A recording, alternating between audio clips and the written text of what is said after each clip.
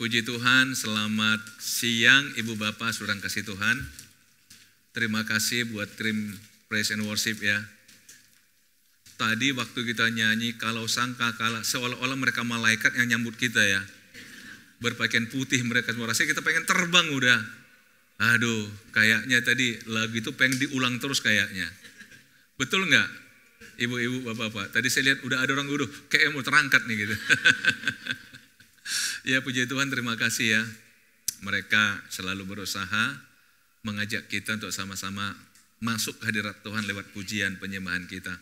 Dan kalau saudara ingin bergabung dengan tim ini, silahkan saudara. Yang saudara merasa punya suara yang diberkati Tuhan, yuk gabung yuk. Ya, saya pernah katakan kepada mereka, kita mau bentuk tim choir. Cuma kita masih perlu orang, khususnya laki-laki saudara. Jadi saudara yang suaranya agak ngebas begitu, gabung dong dengan kita. Yang tenor gabung dengan kita, amin. Tadi baru 4 orang laki-lakinya, masih perlu 10 orang lagi. Halo laki-laki. Ya, daripada saudara nyanyi di karaoke aja, bolehlah latihannya di sana, tapi gunakan untuk Tuhan, amin saudara. Kalau di karaoke di pesta, lantang banget suaranya. Baik, saudara-saudara, hari ini bersama dengan umat Kristen di berbagai tempat kita merayakan hari kenaikan Yesus ke sorga.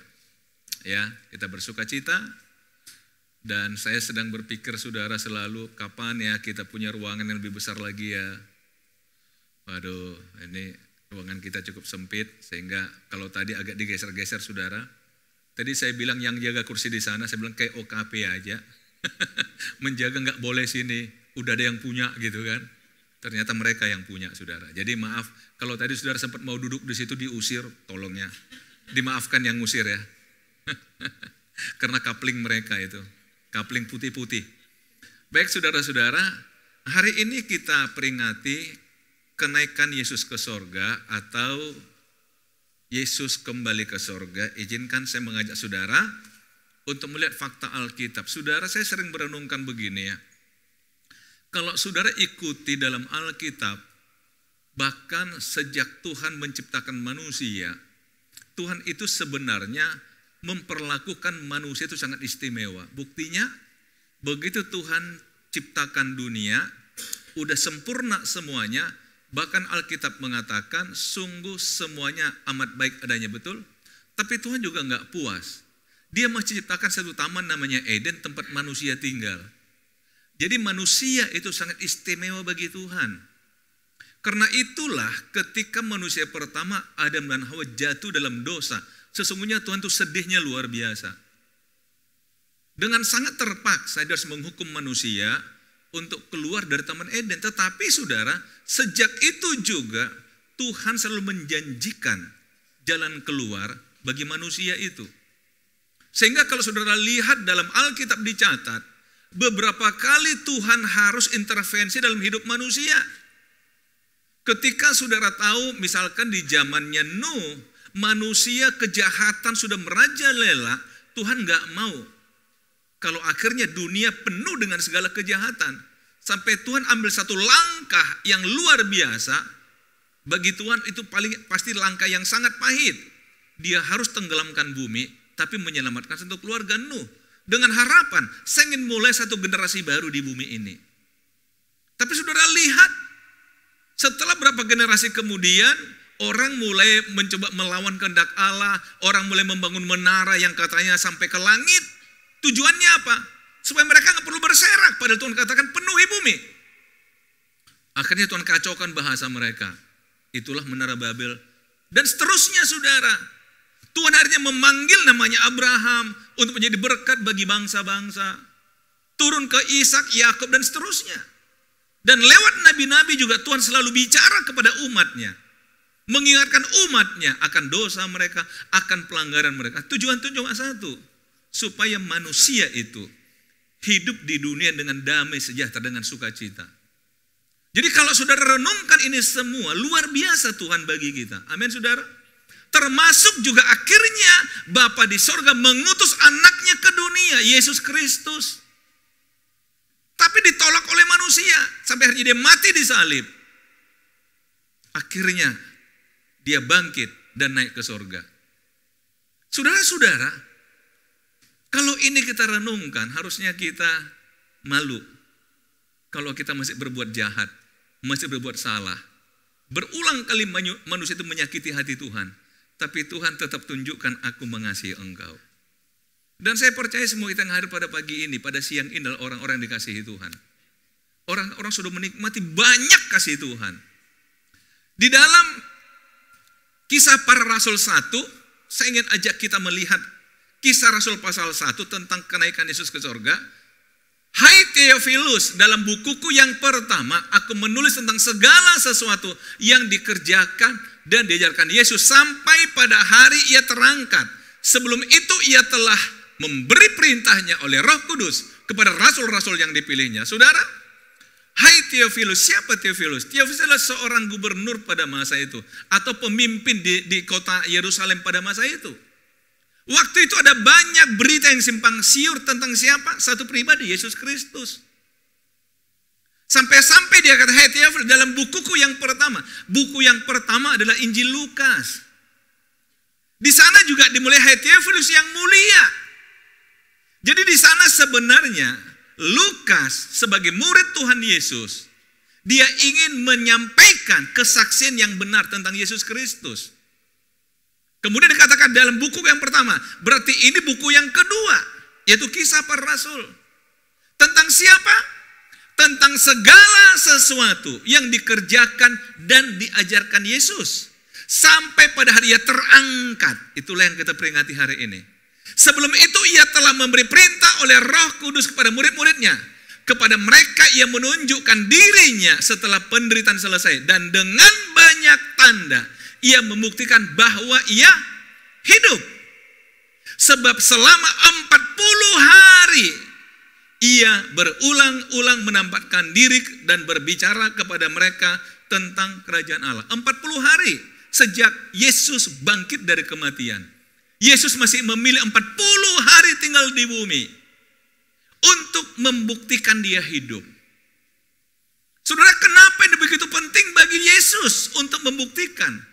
Saudara-saudara masih ingat barangkali waktu Yesus bangkit dari antara orang mati, itu para prajurit menjadi saksi. Melihat bagaimana batu digulingkan dan Yesus bangkit.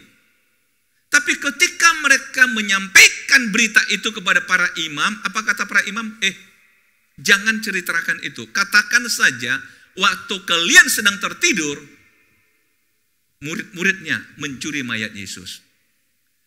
Jadi mencoba dikarang berita untuk menyangkal kebangkitan Yesus. Dan Alkitab mencatat berita itu sampai bagi orang Yahudi masih diyakini sampai hari. Kenapa? Berita itu bersumber dari para imam. Ini resikonya saudara. Saudara kan sering menjadikan para imam pendeta sebagai referensi kan? Tapi hati-hati saudara, perlu cross check kebenaran sesungguhnya. Termasuk dari saya juga, saudara jangan percaya. Cross check di Alkitab. Kalau sesuai, baru saudara percaya. Saudara-saudara, kita kembali saudara. 40 hari. Yesus tinggal di bumi. Ketemu dengan murid-murid, ketemu dengan Thomas yang dikatakan, saya nggak percaya. Tapi saudara tunjukkan tangannya, ini bekas luka. Bahwa dia hidup saudara. Bahwa dia hidup. Kita sedang menyembah Allah yang hidup, bukan Allah yang mati. Sampai akhirnya dia naik ke surga. Dia bicara tentang kerajaan Allah. Dia bicara tentang kerajaan Allah. Kerajaan Allah, kerajaan Allah, kerajaan Allah. Saudara masih ingat barangkali sejak Yohanes Pembaptis juga berkhotbah, dikatakan bertobatlah sebab kerajaan Allah sudah dekat. Jadi kerajaan Allah itu dirindukan oleh umat Tuhan dari sejak zaman lalu. Makanya tadi saudara, saya bisa memahami ketika kalau sangkakala Allah terdengar, kalau bunyi sangkakala, saudara seperti merasa, wow, kayaknya udah deket nih surga gitu ya. Tapi saudara siap nggak masuk surga? Harus mati saudara. Saudara siap nggak mati? Loh kalau nggak mati gimana masuk surga sekarang saudara? Gimana saudara? Satu sisi kita pengen, tapi jangan dulu, bakso masih enak.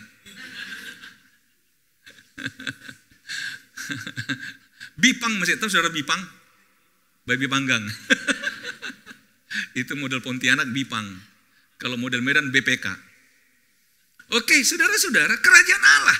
Nah, kemudian ayat yang keempat, pada suatu hari ketika ia makan bersama-sama dengan mereka, saudara, saya paling suka Yesus ini suka makan. Loh, ini lagi makan loh ini. Udah bangkit aja masih ngajak makan, saudara. Halo, jadi kalau saudara yang suka makan, gak usah rasa berdosa, saudara. Yang penting ajak-ajak. Loh, benar saudara. Kalau saudara, jadi dulu kita selalu RPC ini, saudara, kita katakan motonya adalah makan. Setiap ada kumpul pasti makan. Bahkan kumpul nggak kumpul makan. Saudara-saudara, enggak, kita katakan begini. Secara manusiawi, makan bersama itu mencairkan segala sesuatu, betul nggak? Kalau kita ngajak orang makan, dia mau, berarti nggak ada masalah dengan kita. Kalau ada masalah, pasti nggak mau makan sama kita. Jadi kalau saudara mau menguji orang, dia ada masalah dengan saudara, coba tawarin dia makan. Yuk makan yuk, yuk ngopi yuk. Kalau udah nggak mau dengan segala alasan, berarti ada masalah dengan saudara. Halo? Bisa? Setuju? Loh, kok nggak setuju semua? Jadi kalau saudara ngajak saya ngopi, pasti saya mau. Karena saya nggak ada masalah dengan saudara. Jadi saudara-saudara, Yesus, yuk makan. Dan ketika mereka makan, ia melarang mereka meninggalkan Yerusalem dan menyuruh mereka tinggal di situ menyantikan janji Bapa yang demikian katanya, telah kamu dengar daripadaku. Sebab Yohanes membaptis dengan air, tetapi tidak lama lagi kamu akan dibaptis dengan Roh Kudus. Jadi saudara, Yesus katakan, kamu kan baru dibaptis Yohanes, itu baptisan selam masuk ke air. Tapi tidak lama lagi dibaptis dengan Roh Kudus. Artinya apa? Itu baru terjadi kalau nanti Yesus naik ke surga. Ini sama dengan janji Yesus. Kalau sudah baca Yohanes 14 dan 16. Yang dikatakan Yesus, aku tidak meninggalkan kamu yatim piatu. Aku minta kepada Bapa supaya dia berikan engkau roh penolong. Yaitu Roh Kudus. Yang akan tinggal selama-lamanya bersama dengan kamu. Jadi ini janji Tuhan. Dan kalau saudara akhirnya pelajari dalam Alkitab, akhirnya 10 hari lamanya mereka tinggal di satu rumah, di upper room di Yerusalem. Dan mereka berdoa selama 10 hari dan sampai akhirnya mereka penuh dengan Roh Kudus. Jadi saudara-saudara, rata-rata orang karismatik, mulai ke malam mereka doa selama 10 malam. Ya, bukan ikut-ikutan, bukan. Tapi ngikuti. Beda ikut-ikutan dengan mengikuti kan. Saudara, kalau ikut-ikutan kan, ikut-ikut apa? Tren aja. Tapi kalau mengikuti, apa yang dikatakan Yesus dan dilakukan para rasul, ya itu kita akan mulai nanti malam saudara. Kalau saudara mau gabung, gabungnya di Padang Bulan, tapi bukan di sini. Ini promosi. 10 malam kita coba doa. Saudara sudah kembali, membaptis kamu dengan Roh Kudus. Dan kemudian ayat yang ke-6, ini yang selalu jadi dilema kita manusia saudara. Maka bertanyalah mereka yang berkumpul di situ, Tuhan, maukah engkau pada masa ini memulihkan kerajaan bagi Israel? Saudara, mengapa pertanyaan ini mereka ajukan kepada Yesus? Setidaknya sejak 7 abad sebelum Yesus datang ke bumi, orang Israel itu kan menjadi bangsa yang tidak merdeka. Israel menjadi bangsa yang terjajah oleh Media Persia, sebelumnya oleh Asyur, Media Persia, kemudian oleh Babilonia, kemudian oleh Yunani, bahkan zaman Yesus oleh Romawi. Mereka nggak pernah bisa merdeka, bahkan berulang kali mencoba memerdekakan diri, tapi selalu kalah. Akhirnya tekanan lebih berat, sehingga sangat masuk akal saudara. Kepada orang Israel kan janji ada Mesias yang akan mendirikan kerajaan di bumi. Ketika mereka lihat Yesus ini sangat memenuhi syarat sebagai Mesias itu, mereka mulai meminta, Tuhan dirikan aja kerajaan di bumi. Artinya apa? Yuk secara politik kita merdeka yuk. Udah bosan juga dijajah. Jadi mereka minta. Gimana gak enak saudara, Yesus lapar dikasih makan. 5.000 orang hanya dengan 5 roti 2 ikan. Kemudian orang sakit sembuh. Orang susah dikasih kata-kata bahagia, khotbah di bukit. Bahkan orang mati pun dia bangkitkan. Mereka mulai berpikir, wow ini dia Mesias yang kita tunggu. Sehingga mereka ajukan proposal. Yuk kita deklarasikan aja, engkau jadi raja kami. Israel merdeka. Saudara-saudara, jawab Yesus yang menarik. Jawabnya, engkau tidak perlu mengetahui masa dan waktu yang ditetapkan Bapa sendiri menurut kuasanya. Yesus nggak menolak, tapi masalah masa dan waktu. Artinya apa? Yang mereka minta bahwa Yesus akan jadi raja di bumi, itu akan terjadi. Tapi tunggu dulu masa dan waktunya. Nanti kita akan lihat bagiannya sudah. Tetapi kamu akan menerima kuasa kalau Roh Kudus turun ke atas kamu, dan kamu akan menjadi saksiku di Yerusalem dan di seluruh Yudea dan Samaria sampai ke ujung bumi. Saudara-saudara, kenapa sesungguhnya mereka meminta Yesus mendirikan kerajaan Israel pada masa ini? Karena mereka sadar hidup di bumi ini tidak mudah. Hidup di dunia ini banyak persoalan, banyak pergumulan. Betul? Sehingga mereka berharap kalau Yesus jadi raja, waduh, setiap mereka punya persoalan, datang pada Yesus, selesai. Tapi Yesus katakan apa? Enggak. Saya enggak perlu tinggal di bumi pada saat ini. Tapi saya akan berikan kamu Roh Kudus. Kamu akan terima kuasa kalau Roh Kudus turun ke atas kamu. Dan saudara-saudaranya, Roh Kudus itu kuasa menjadi saksi. Kalau saudara kembali ke Alkitab atau sejarah gereja lah katakan saudara, kenapa sampai hari ini kekristenan masih tetap eksis di bumi? Karena ada Roh Kudus yang menyertai orang-orang percaya, saudara. Saudara coba lihat, sampai ke ujung bumi. Kalau bukan karena rasul-rasul yang penuh Roh Kudus, Injil nggak akan sampai ke Indonesia. Setuju nggak? Tapi Roh Kudus menyertai mereka. Sampai mereka lintas negara, lintas benua zaman dulu loh saudara. Naik kapal berhari-hari. Bayangin saudara, dari Jerman, Nommensen datang ke Tanah Batak. Berapa lama itu di jalan? Itu karena ketaatan, karena ada Roh Kudus menyertai dia. Karena itu saudara, kita kembali ke sini. Maukah engkau pada masa ini? Nah saudara, saya ingin ajak kita melihat chat ini ya. Perhatikan baik-baik. Yang mereka maksud adalah ini, yang kita sebut dengan kerajaan milenium, 1000 tahun damai. Mereka kepingin Tuhan, ya sudah, dirikan aja kerajaan di bumi, engkau jadi raja, kami jadi rakyatnya. Kenapa Yesus katakan, engkau tidak perlu mengerti waktunya, karena memang itu akan terjadi, tapi bukan sekarang. Mereka minta itu di sini. Bisa ditangkap saudara? Di sini ketika Yesus baru disalib. Nah, tetapi saudara perlu pahami, setelah Yesus disalib dan naik ke surga, maka kita sekarang masuk dalam namanya zaman gereja. Kalau lihat, saya bawa dari sini. Ini adalah zaman kekekalan masa lampau, past ages. Jadi sebelum dunia ada. Baru kemudian penciptaan, baru kemudian air bah, dan seterusnya sampai zaman Israel, sampai Yesus akhirnya mati disalib. Barulah dimulai namanya zaman gereja. Dan saudara mungkin pernah mendengar adanya tribulasi. Ya ada, tapi di sini. Ada di sini saudara. Oke.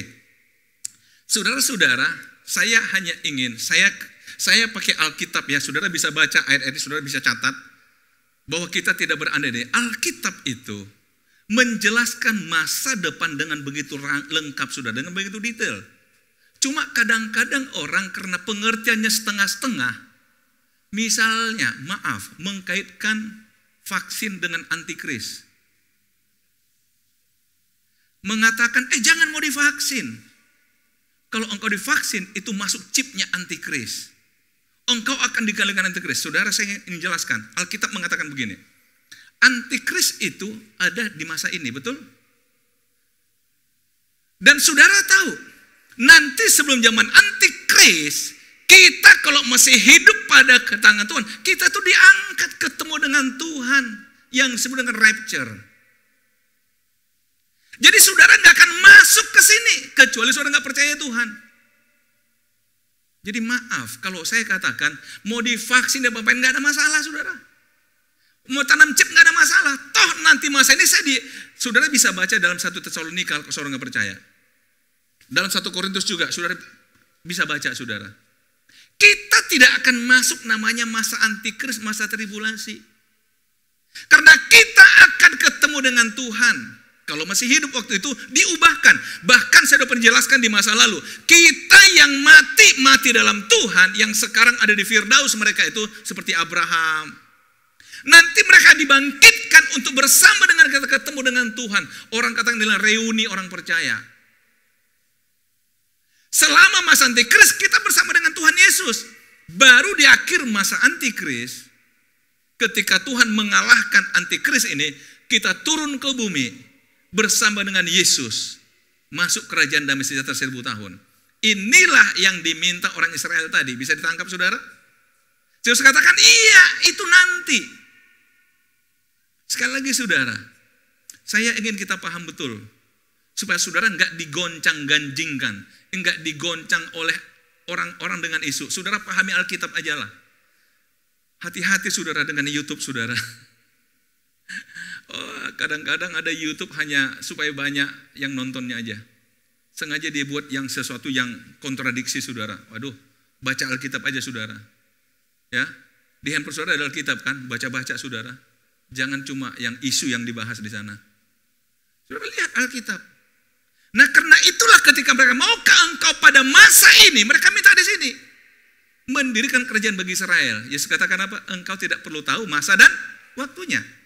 Nah, kemudian kita kembali saudara dalam Kisah para Rasul 1. Sesudah ia mengatakan demikian, terangkatlah ia, disaksikan oleh mereka, dan awan menutupnya dari pandang mereka. Kata terangkat di sini saudara, ini hampir sama dengan saudara waktu masih kecil. Pegang balon gas, dilepas dia akan naik pelan-pelan. Nah, kata di sini sama saudara. Terangkat itu terlihat oleh mata telanjang. Artinya apa? Terangkatnya pelan-pelan. Jadi enggak terangkat. Sampai akhirnya dikatakan apa? Awan menutupnya dari pandangan mereka. Sama seperti saudara kehilangan balon gas sampai saudara nangis. Nah kira-kira begitulah saudara. Balonku, balonku, balonku. Ya kan? Sampai menutupi mata kita. Ini fakta sejarah dicatat dalam Alkitab. Jadi Yesus itu naiknya seperti itu. Sehingga ketika mereka sedang menatap ke langit, waktu ia naik itu, tiba-tiba berdirilah 2 orang yang berpakaian putih dekat mereka, itu malaikat. Dan berkata kepada mereka, hai orang-orang Galilea, mengapakah kamu berdiri melihat ke langit? Yesus ini yang terangkat ke sorga, meninggalkan kamu, akan datang kembali dengan cara yang sama seperti yang kamu melihat dia naik ke sorga. Berarti dia turun pun terlihat juga saudara, dengan cara yang sama. Jadi saudara-saudara, kita kembali pada yang tadi. Disinilah posisinya itu. Rapture tadi. Dengan cara yang sama. Disinilah berlaku ayat Alkitab yang mengatakan akan ada 2 orang di ladang, 1 diangkat, 1 ditinggalkan. Yang pernah saya bergurau pada saudara, hati-hati kalau saudara boncengan naik sepeda motor. Pastikan dua-dua percaya sama Tuhan. Sempat supirnya percaya, yang dibonceng tidak, kasihan loh.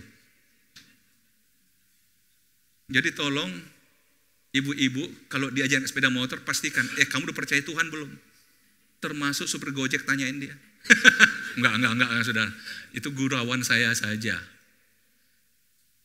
Kan itu dikatakan akan ada 2 orang di kebun dalam pekerjaan.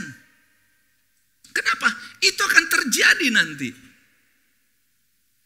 Sebagaimana kamu lihat dia naik waktu naik di sini, akan turun dengan cara, artinya apa? Datangnya kelihatan. Semua mata akan memandang saudara. Ini lagu kita tadi.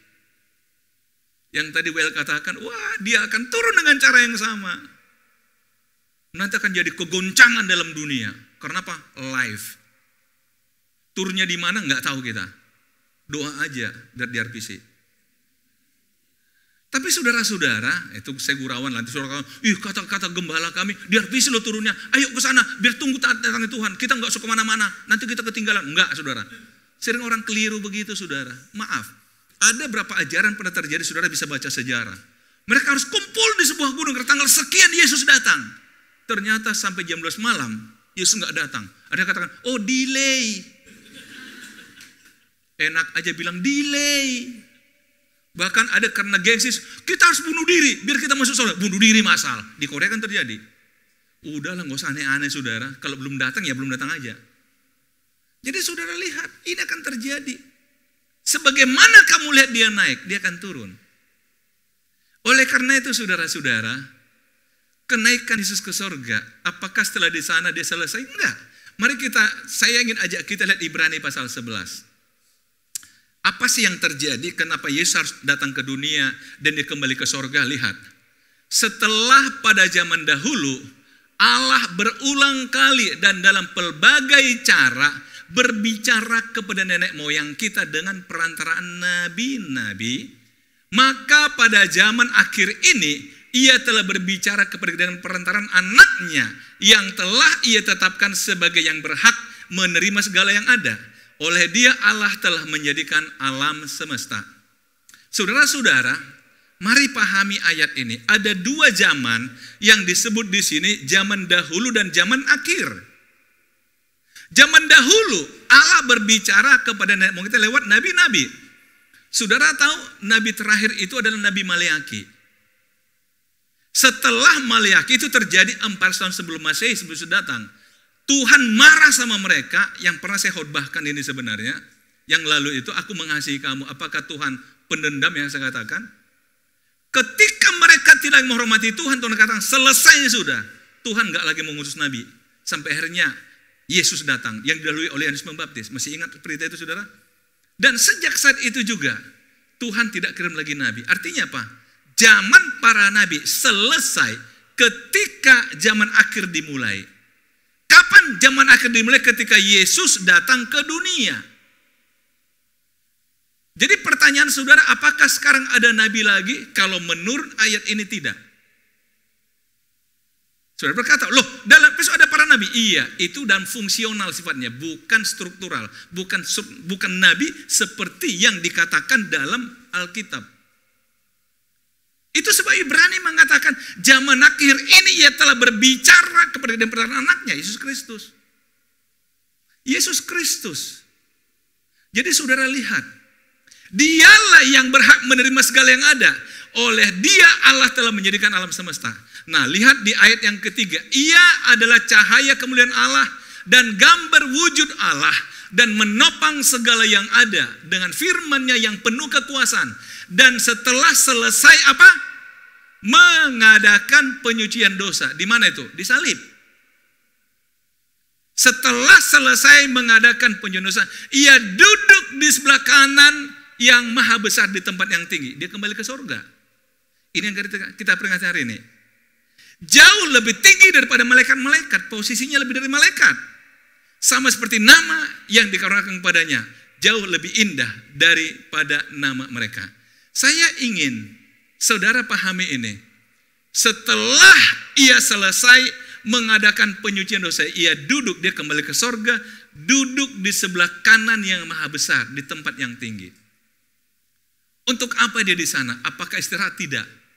Di sana dia menjadi juru syafaat kita, menjadi pengantara kita dengan Bapa. Karena itulah dia ajarkan pada kita begini, apapun juga yang kamu minta kepada Bapa dalam namaku. Itulah sebabnya saudara kita sering berdoa dalam nama Tuhan Yesus Kristus. Artinya hari ini Yesus di sebelah kanan Allah Bapa menaikkan doa untuk kita. Menyampaikan doa kita kepada Bapa di sorga. Saya kembali kepada apa yang saya katakan di awal tadi. Tuhan tidak pernah bosan memberkati saudara. Sekalipun kita sering lari, tapi Tuhan tetap tunjukkan dia mengasihi kita. Sejarah mencatat itu saudara. Oleh karena itu, Tuhan katakan, aku tetap ada bersama dengan kamu. Bahkan di ayat yang lalu saya katakan, bahwa dia di dalam kita, kita di dalam dia. Saudara-saudara ingat, kita punya Yesus Kristus yang sekarang ada di sorga. Duduk di sebelah Allah Bapa. Dan dia memperhatikan saudara. Ketika kita naikkan doa kepada Bapa di sorga, maka Yesus menyampaikannya kepada Bapa. Selama kita katakan dalam nama Tuhan Yesus. Dalam nama Tuhan Yesus. Amin saudara. Oleh sebab itu, Yesus ada di sorga. Tapi dia juga mengasihi saudara yang ada di bumi. Hari ini yakinlah, nggak usah takut. Karena Dia berikan Roh-Nya yang kudus untuk bersama dengan kita dimanapun kita ada. Tuhan Yesus memberkati kita.